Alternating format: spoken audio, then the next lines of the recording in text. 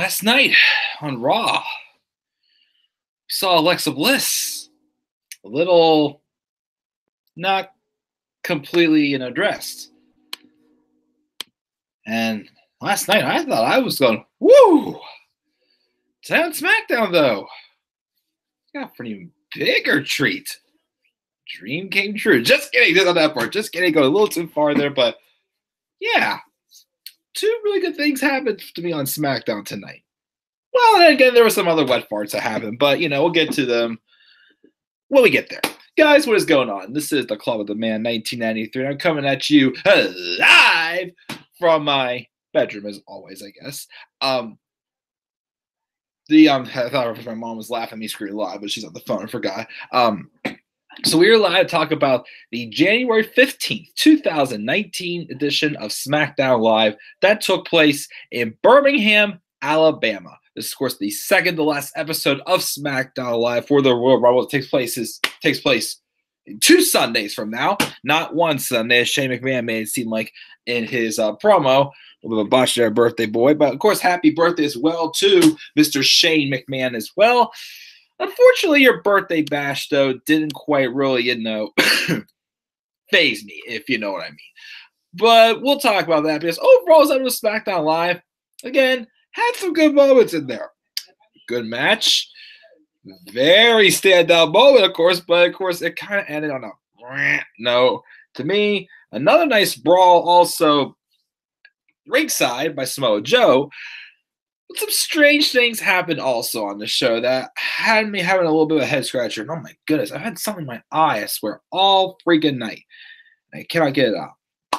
So it's definitely a weird episode of SmackDown tonight, for sure. But once again, guys, you be the judge, and we'll see what happens with that. So first, as always, let's check the live chat and see who is live. We got Mark in the live chat saying, "How are you?" Again, after seeing a good match on SmackDown and something else quite sexy, I shall say, on SmackDown, I'm in a pretty good mood today, my friend. But other than that, not too bad, except this cough still won't go away. Seriously, guys, it's just the cough. Like, the cough is the only thing that's bothering me. The cough. That's it. Oh, boy. I don't get what happened to not giving former champions rematches. Yeah. Rusev and Shinsuke Nakamura are now apparently having a U.S. title match now at the Royal Rumble. But again, correct me if I'm wrong. I thought opportunity was supposed to be earned, if I'm not mistaken. How has Shinsuke Nakamura earned this U.S. title opportunity? Can you explain that to me, Vince? Can you explain that to me? Especially if it's a match I have no interest in seeing at all. It makes absolutely no sense. It looks like they canceled another match. Which match is that, Mark, you referred to? Not sure which one you're referring to there. So, yeah, we'll see what he has to say about that, what match was canceled. But, yeah, I'm definitely not really excited at all. I'm not really looking forward to this U.S. title match between Rusev and Nakamura. Honestly, put on a pre-show because it doesn't make any sense for it to be on the main show in general at all whatsoever. But, we'll see which match he said apparently got canceled. And also, we got a little bit of a name change here. We'll get to that when we talk about the match. The match of the night for sure. Guys, trust me. This match should have been the main event of the show tonight, and it also should have been the freaking U.S. title match at WrestleMania this year. Maybe they'll still do it, but who knows? But let's get to this episode of SmackDown Live, which once again, as I say, had some good moments on this show, especially something in a hotel room. But it ended on a flat note, but of course we'll get to that. So we start off this show with the man herself, Becky Lynch, driving to the arena and running into an interviewer as soon as she steps out of her vehicle. She scoffs at the idea of waiting to ask a question we know the answers to. She said she'll head to the ring and answer it there. She tosses the keys to the interviewer, and on the way out, she runs into New Day and Heavy Machinery. This segment was actually much better, of course, than, the weird moment we got last night with Otis Dozovic and on a Mona Bliss. That was weird. But they're making some kind of protein shake, which is strange. They're still using pancakes. Once again, I thought New Day was no longer using pancakes, but I don't know. They made some shake. New Day doesn't want to spill it, but Becky comes up and takes a sip of it, and she says it's a little weak. Sets it down. And she heads towards Gorilla. She gets out there. In the ring, she says in a few short weeks, she has a chance to take her SmackDown Women's Championship back. She got the whole world talking about it, but where is it now? Everyone thinks what she did was a fluke, and that it was all easy until they try it, and boy, are they all trying. Everyone's trying to pretty much do what she claimed she did, becoming that a little extra badass to get to the top of the division. She's saying that Asuka is finding out just how hard leading this division really is. There's those that try to discredit Becky and says she's hype, yet she delivers on everything she says every single time. Asuka walked into Mania last year, indestructible and unbeatable, and yet she lost. Not only did she lose, but it shook her to her core, and the invincible Asuka couldn't beat once the woman Becky beat 5 times in a row around the world and asks if Lynch is ready for her. Out comes Asuka.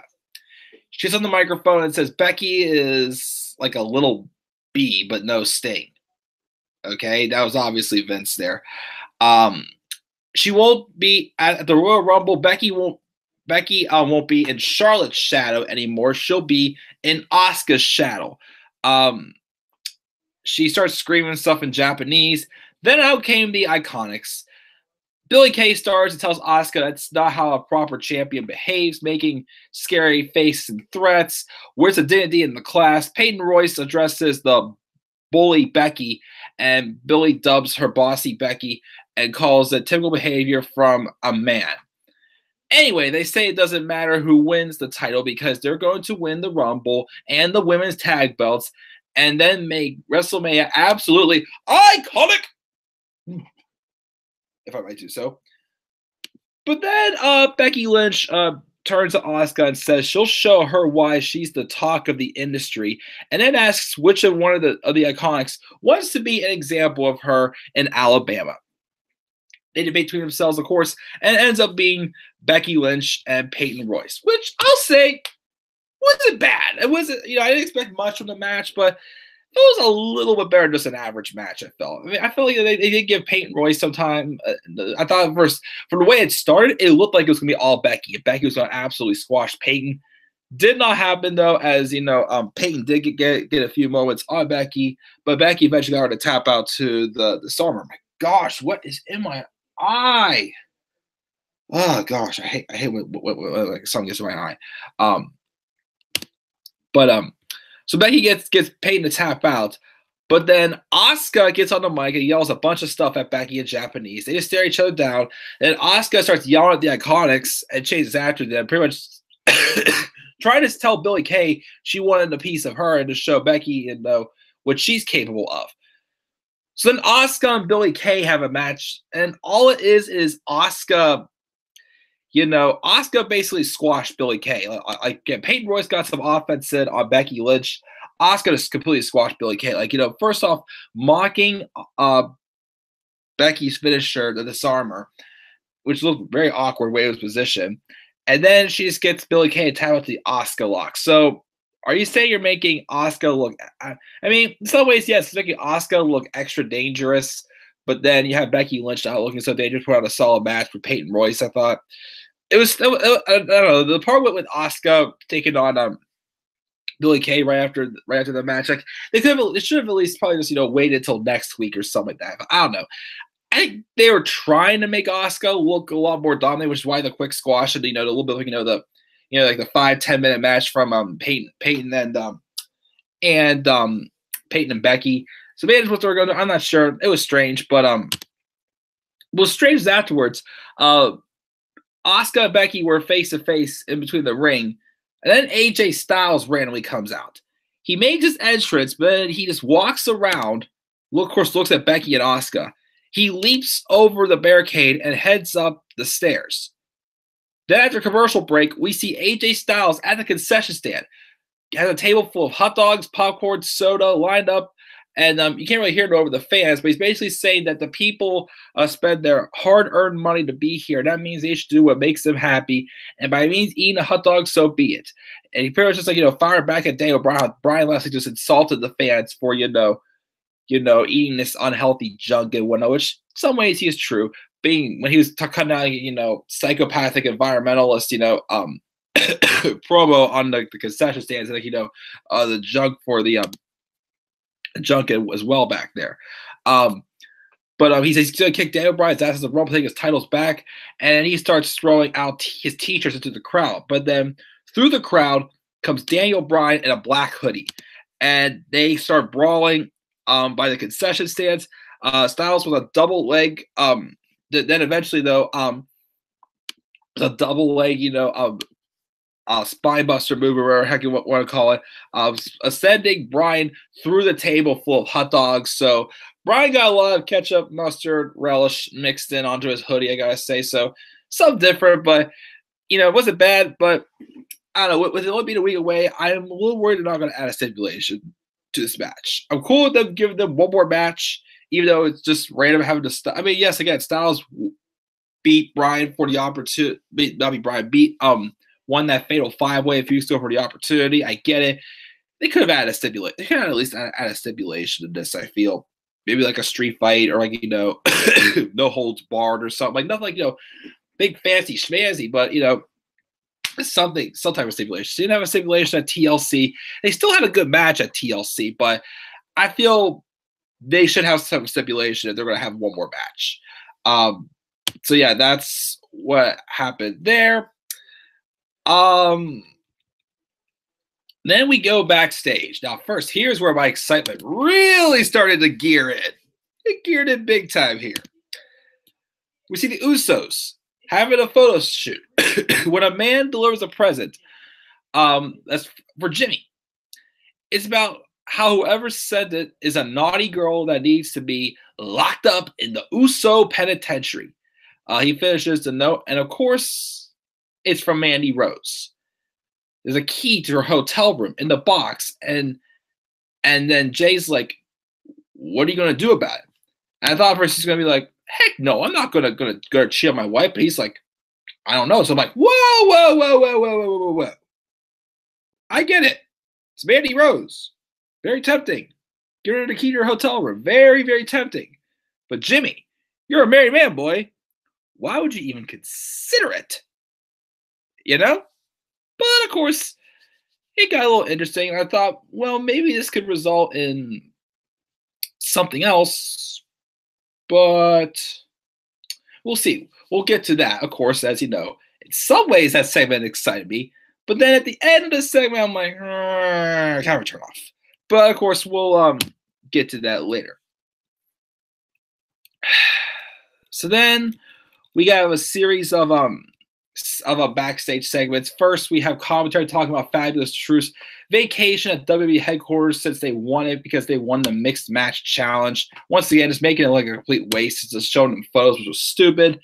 I think it's already a type of storyline, but so, once again, the mixed match challenge just went right into the garbage can pretty much. We then had Zelina Vega and Andrade. Zelina Vega and Andrade being interviewed. So I'm just calling him Andrade now, right? That's all I'm doing. No. Apparently now there is no more Andrade Cien Almas. He is just Andrade. Why? I don't know.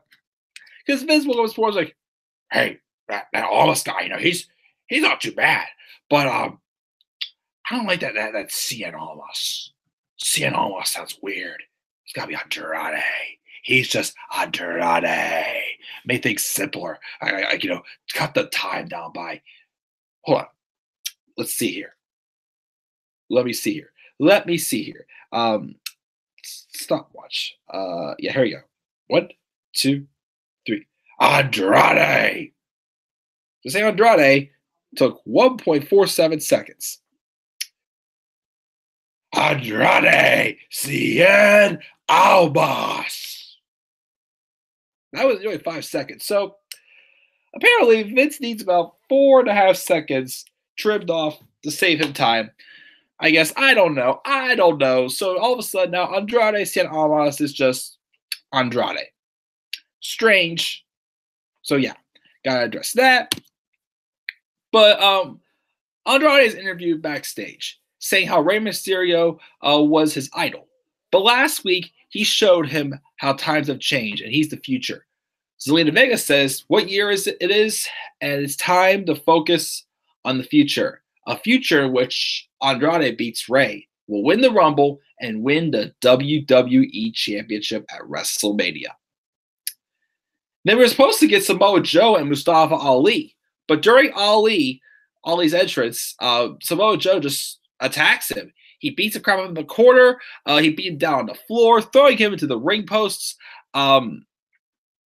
And basically just just beat the living piss out of him to pretty much just call off the match pretty much as it was. So because Joe literally just tore the shit out of him pretty much.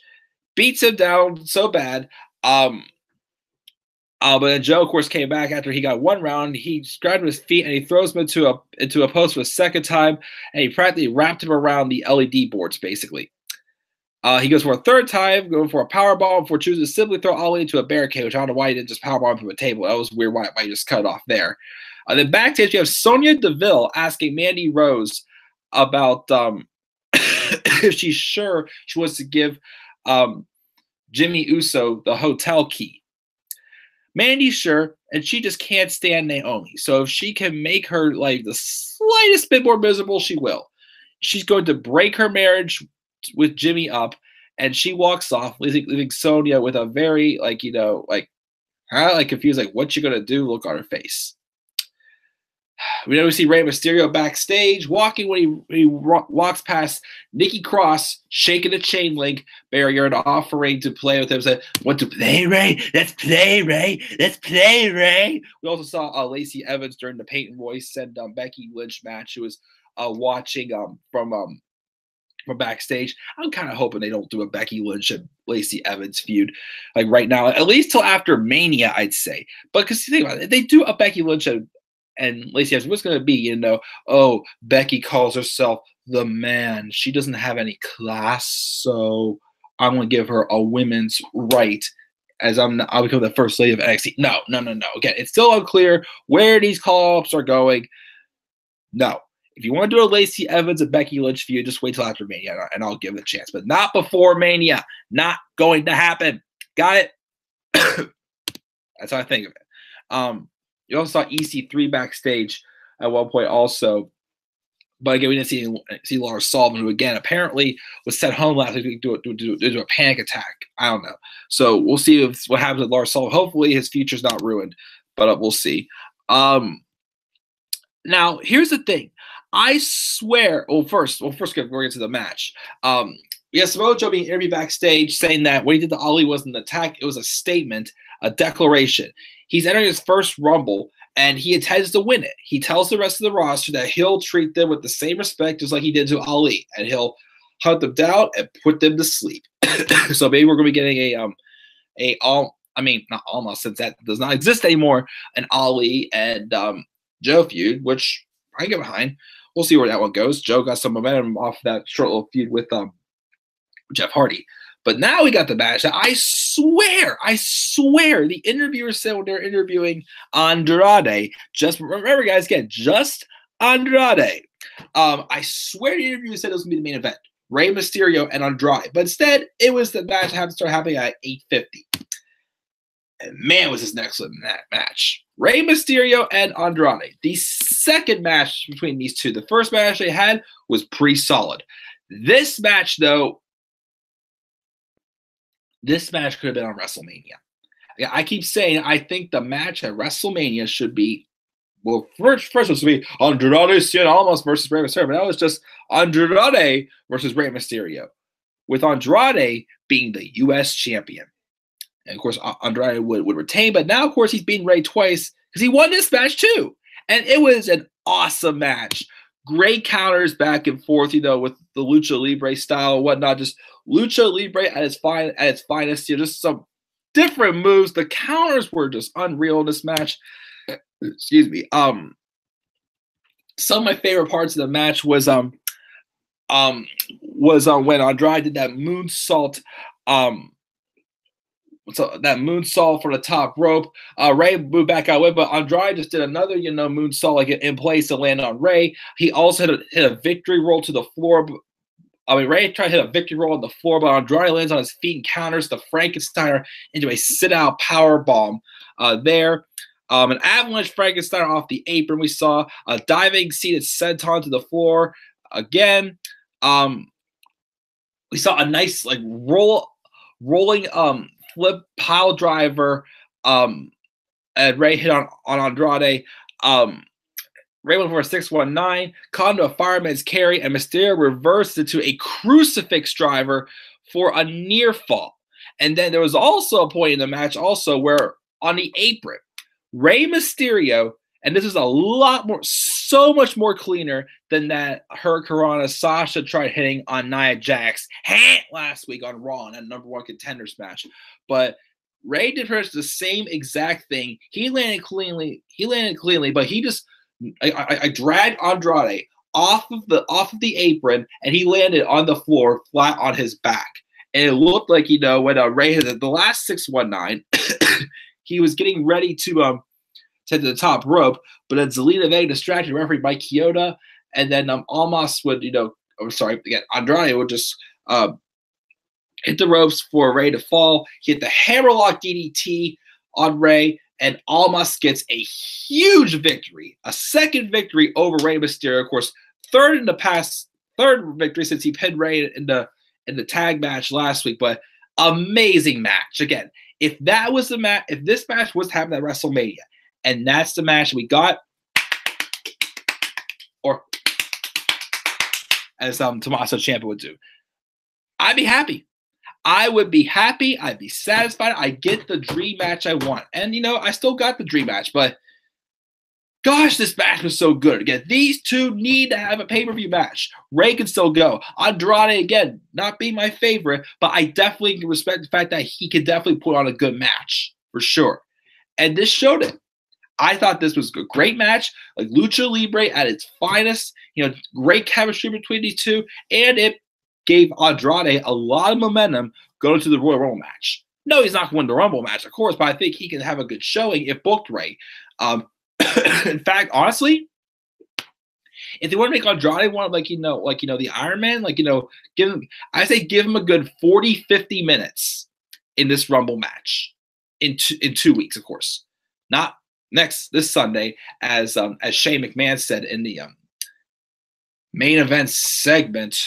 Which, again, this match should have been the main event of the show. This is another thing that kind of hurt this show, was the structure of how things went. This should have main evented the show, not been like the 9 o'clock hour match or segment. Like the stuff with Shane McMahon's birthday bash should have been a 9 o'clock hour segment, not this. This match should have been the main event tonight.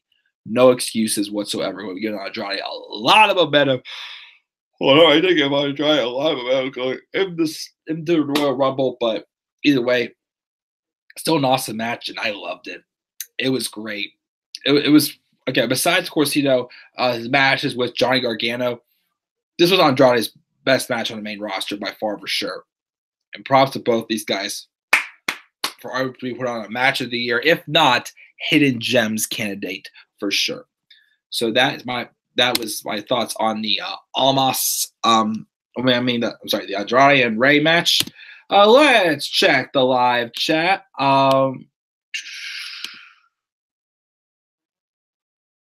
Let's see who we got here. Let's see here. Carmella and Sonya. Oh, that's right. I forgot. Carmella and Sonya were supposed to have a match, apparently, as advertised. That did not happen, though. But once again, they lie. Oh, what do we got here? What do we got here?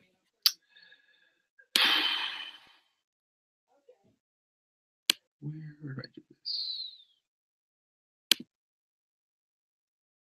Bye-bye, for those of you who want to talk trash to me. Anyway, so Mark also says that Andrade and Ray match should have been the main event for sure. And Mark says Jimmy should have given that hotel key to him. No. Mark. Should give it to me, my friend. Want to have a match? No. Let's have a match right now. Hotel key on a pole. Just kidding. Just kidding. No. I hate those matches on a pole stuff. But yeah. That and no more haters in the live chat, please, guys. I need to do something really fast, and don't hate on me for doing this. But 1 second here. All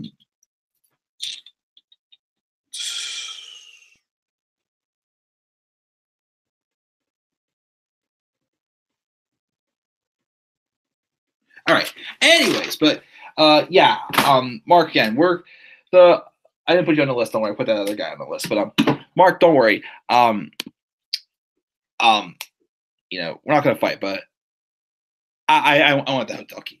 But speaking of which, let's get to that segment now. So we have Jimmy Uso head to the hotel room, which I'm like, okay, why would Jimmy? I mean, yes, it's Mandy Rose. She's hot as hell. She's sexy. I've admitted that how many times, and I still will admit that. Even though I think she's dating Tito Sabatelli in life, which sucks. But anyways, why would Jimmy Uso even consider heading to the hotel room if he's married? Very dedicated husband to his wife, Naomi.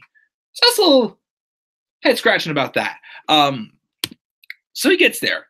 He first knocks on the door, but then he hesitates and uses the key to let himself in. He steps in. Mandy is seated in a chair. First, it's just a short black robe. And those of you who know me well know that women in tight black clothing really attract me.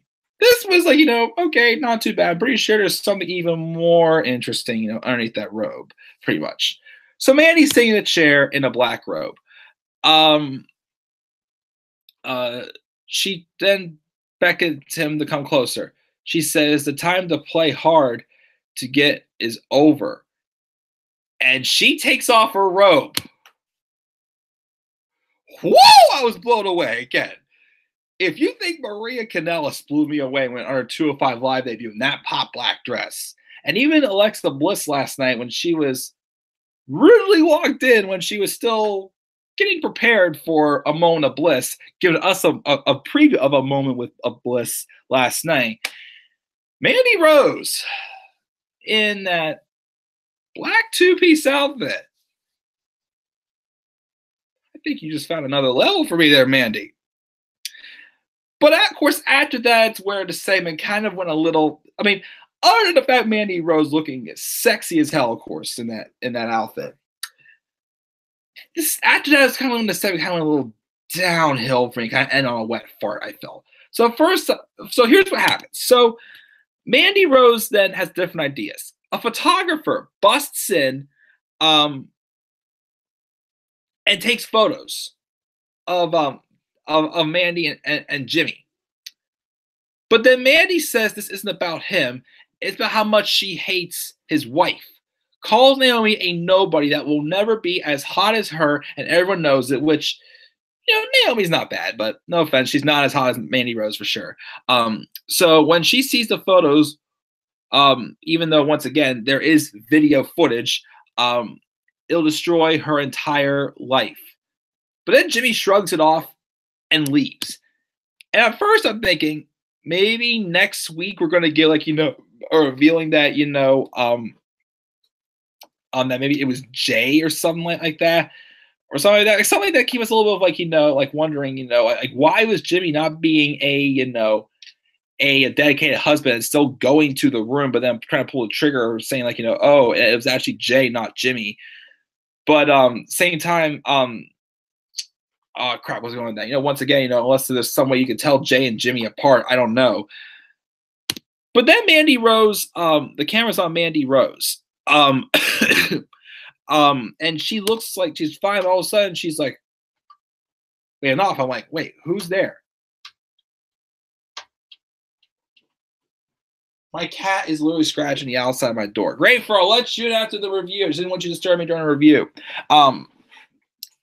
So then, Mandy Rose then sees that Naomi walks in. So Jimmy Uso basically just came to the hotel room to bring his wife.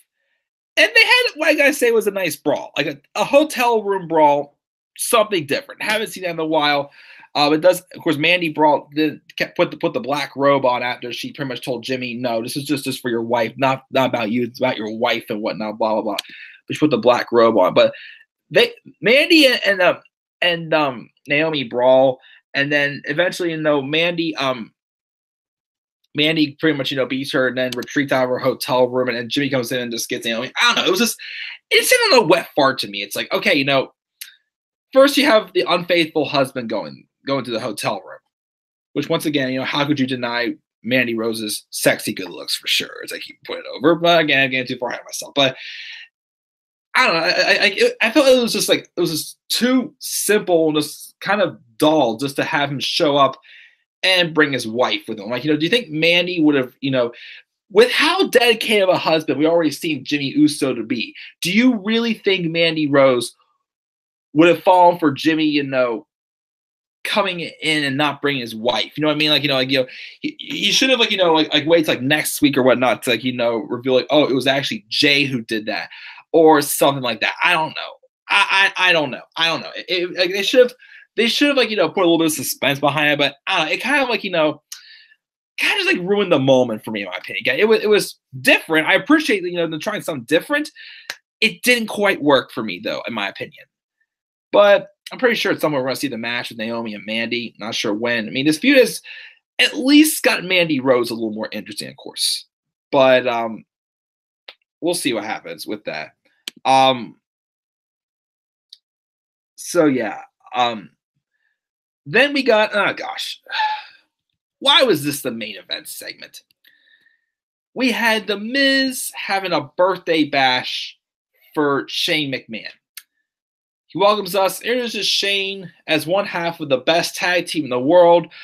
Shane comes in and Miz wishes him happy birthday on all of our behalf. Shane thanks everyone and says he appreciates it, but he's a little uncomfortable with birthday parties. Miz is like, if this is like Chuck E. Cheese before he calls Shane's favorite bakery and got 2 cakes, one of which Shane points out has a picture of them on it, which has a picture of them holding the best in the world trophy. Miz says he hopes means as much as him as this present does to Shane, opens his gift, and it's a pair of sneakers that he really likes. Then he points out they match all the outfits he's devised to direct Shane to the Tron for his next gift, which is a video package focusing on Shane and his story to getting him and The Miz being, co-besties and team best in the world, just still making that World Cup tour like a joke. And then Miz opens up, makes Shane open up, and he wants to be a tag team champion. He was tag team with Andrade, but he's probably walking in with The Miz as his partner, which I don't know. And then we have them start singing happy birthday. The Bar come out and Midnight, that's embarrassing, but they're ashamed they didn't invite the tag champions. Cesaro says it's more shameful they didn't invite Vince. Sheamus points out that he doesn't give a damn about Shane and just didn't show up. Claims that they'll destroy him at the Rumble. Shane fires back and says they teamed up on Miz last week, so he calls out Sheamus to prove he's a tough guy and have a match with The Miz. But Miz is like, I'm not ready. I'm still wearing a suit. Which, of course, to me, it's like, okay, once again, they're still trying. I'm trying to wrap around. Is Miz really a face or is he a heel? Because at times, it still feels like that Miz is still making this all about him being his simple, arrogant self, and Miz being, like the same way was as a heel, except to babyface in a babyface way, just him doing the same thing except to the bad guys. It does not work, and it can't for me. I can't still say that I feel Miz is a babyface. I still feel he's just a heel trying to make this all about him, and I don't know. I'm just slowly each week losing more and more interest in this. It's starting to get old. It's getting a little too long, getting kind of boring, and again, I keep saying, Daniel Bryan's heel character is working out great.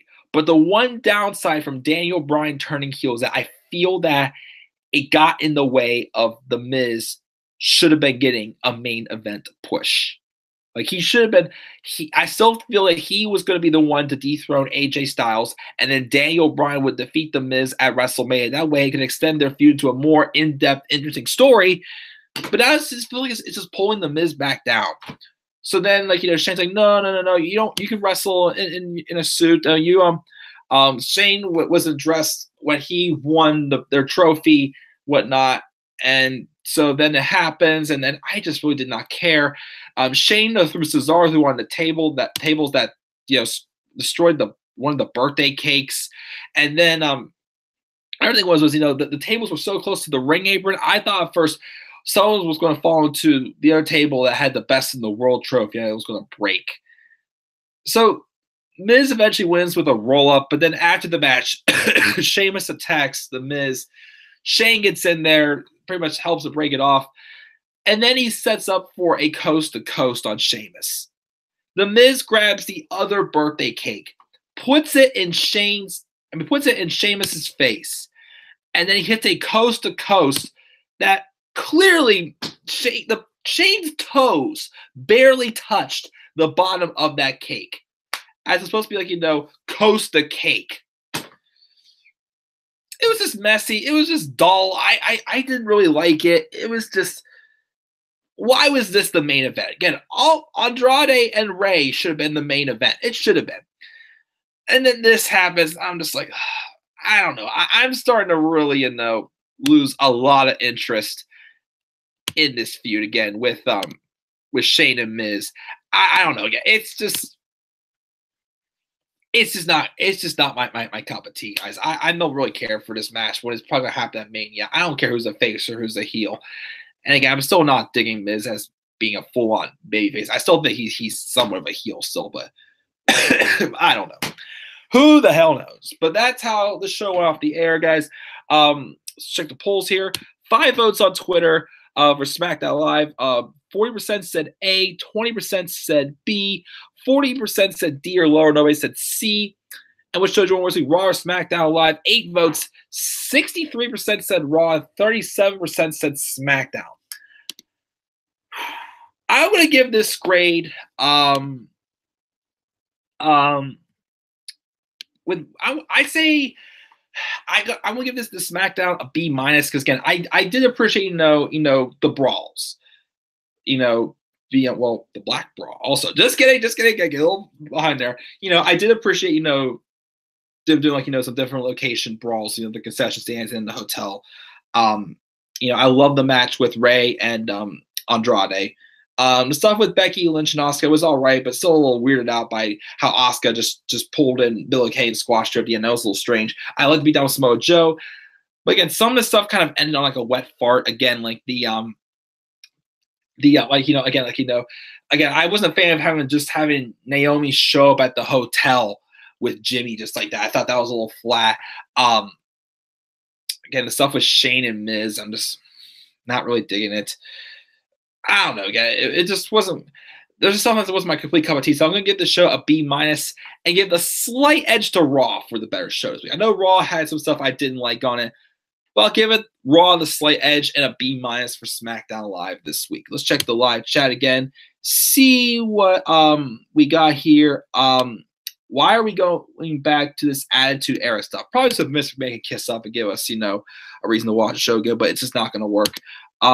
With Alexa Bliss half dressed and Mandy Rose, not that I'm complaining. Exactly. I appreciate the products getting a little bit edgier, but if it's good stuff, then cool. But again, I hope that Miss does not do this stuff just to kiss up. Lawrence is checking in. C minus for her. Raw was better. Mark's giving it a C. She was, I missed this review again. Talk to you later. No worries. Yeah, I'm pretty sure that one guy gave me a thumbs down, but I don't care. But yeah, guys, that is my live review of SmackDown. Again, give the B minus. Enjoyed Raw a little bit more tonight, guys. What grade would you give the show? What brand did you enjoy more this week? Also, SmackDown Live has been moved back to Tuesday, so I might check it out tonight because I'm very interested to see who Buddy Murphy's mystery opponent was tonight, and maybe I'll do the review later on tonight. If not, I'll do it first thing tomorrow when I'm available.